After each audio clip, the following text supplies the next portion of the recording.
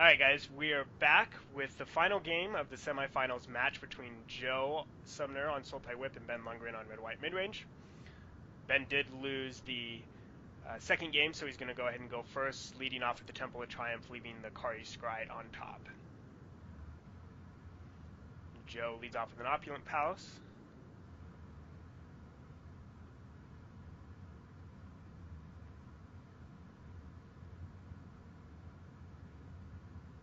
Is that an Evolving Wilds? Yes, that is an Evolving Wilds. And this red-white mid-range deck, one of the few decks in Standard that plays it. Ironically, the mana fixing sometimes not as good in these two-color decks. But also, it's very important to get a mountain out of the particular deck so you can chain to the rocks. So, makes sense in this particular build. Right, since a mountain is sometimes going to be a little more important than an actual red-white land. Yep, just so you have something to stick your chain to the rocks on.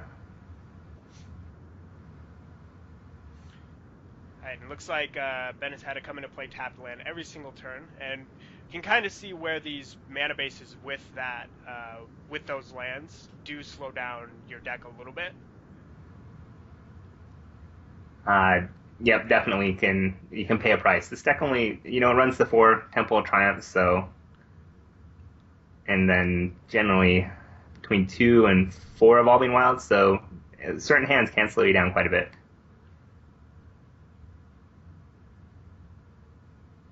Ben looks like he's thinking for his turn. Might have multiple 3-drops. Lots of times you want to think, should I play a Brimaz or a Rabble Master? Decides to go with the Rabble Master. Let's say you had both Brimaz and Rabble Master in your hand, which one would you play here? I would play. I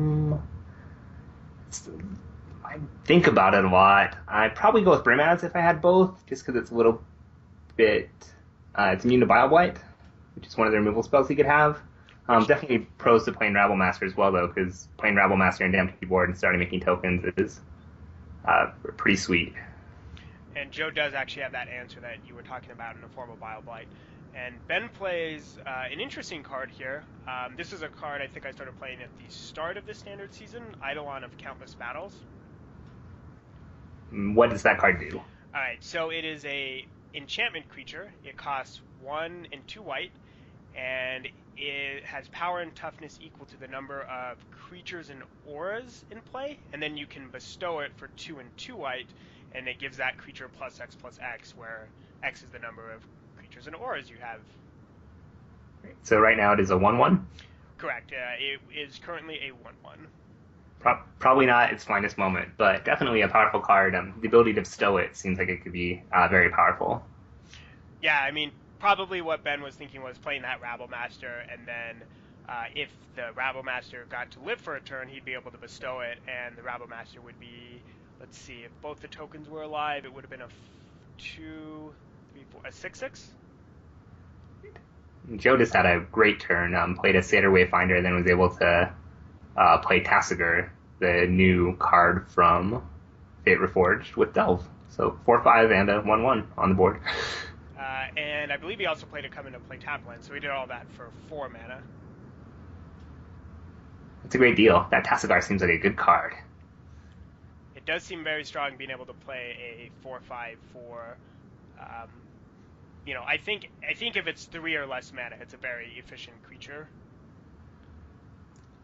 Yeah, just the 4/5 with Delve is a pretty good body, and also it does have the activated ability of milling yourself and then letting you bring cards back, which in long games can be very powerful. Alright, so Ben goes ahead and plays a second Eidolon of Countless Battles after playing a Chain to the Rocks, exiling the Tassiger. So that Eidolon is now a 6/6, since there are 3 creatures and auras on the battlefield, and he has another one enchanted, so a pretty nice sized body for Ben here. Now I feel bad for bagging on it earlier when it was just a 1/1. It grew quite quickly. It's like, I'll show you. I'll grab my brother and we'll see how big I can get. So are you saying the Eidolon battle is a little bit less demoralized than the Brimaz Cat army? Yeah, 2 Eidolons is great. 2 Cats are just sad. Well, Joe does have an answer to one of the Eidolons in the form of a Murderous Cut. He plays that for 2 mana, exiling the rest of his graveyard, leaving Ben with a 2/2. He goes ahead and passes the turn back. I like how Joe went ahead and did that on his turn, possibly playing around a Valorous Stance or a God's Willing. Right. Yeah, definitely if Ben had played like a Valor stance on his turn, then could have been a lot of trouble for Joe with that large of a creature in play.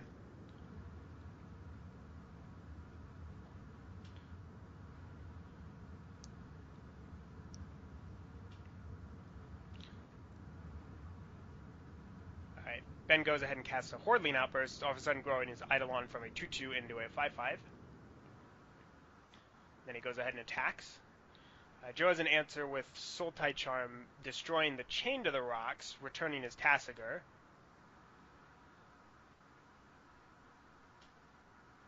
He decides not to block and instead opts to take 4 damage here. What do you think? Why do you think he decided not to block there? He's possibly thinking about Lightning Strike, and also has a follow-up play in Doomwake Giant, so he's able to clear Ben's board. So taking 4 damage, probably not a big deal when you're at 20. You're probably just fine, wanting to keep his creature in play. Right. Yeah, with the Doomwake Giant, it all makes sense now. Alright, so Ben then goes ahead and casts a Wingmate Rock as a response to Joe's Doomwake Giant without a raid trigger.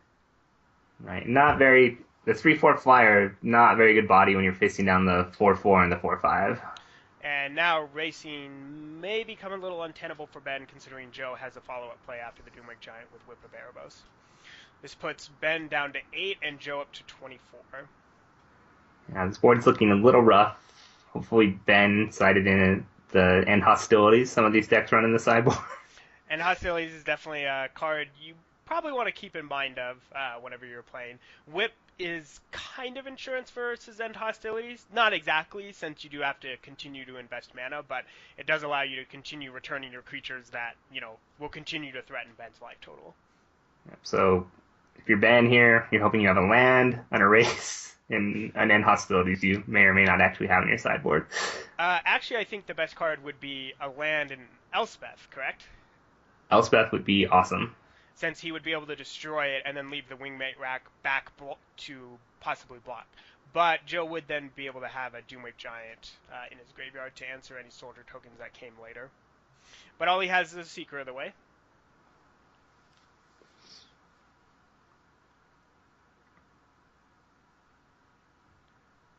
Joe plays his land for the turn.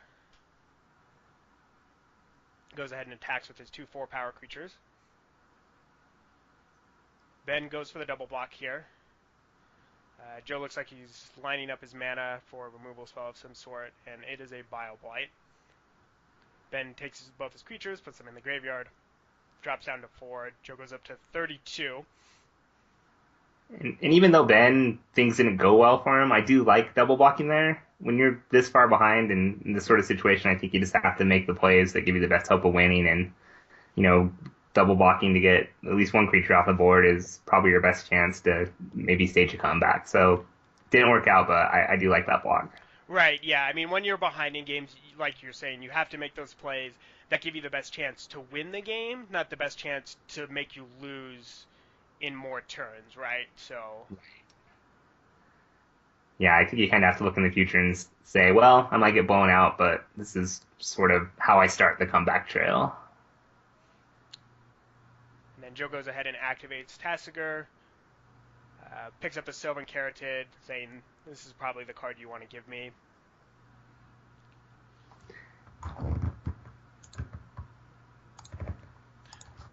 And Ben does decide to go and give him the Caryatid. Joe untaps with 8 points of power. I don't think there's too many answers that Ben's going to have to these 2 large creatures along with the whip as well.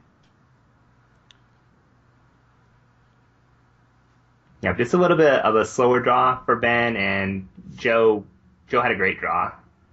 Able to put a lot of power out early, got a whip, which is definitely one of the key cards in this matchup, and It's also had a water removal, so really good draw for Joe and a little bit of an awkward draw for Ben. Yep, so Joe manages to win the semifinals match, and then we will be back in the next video with the finals.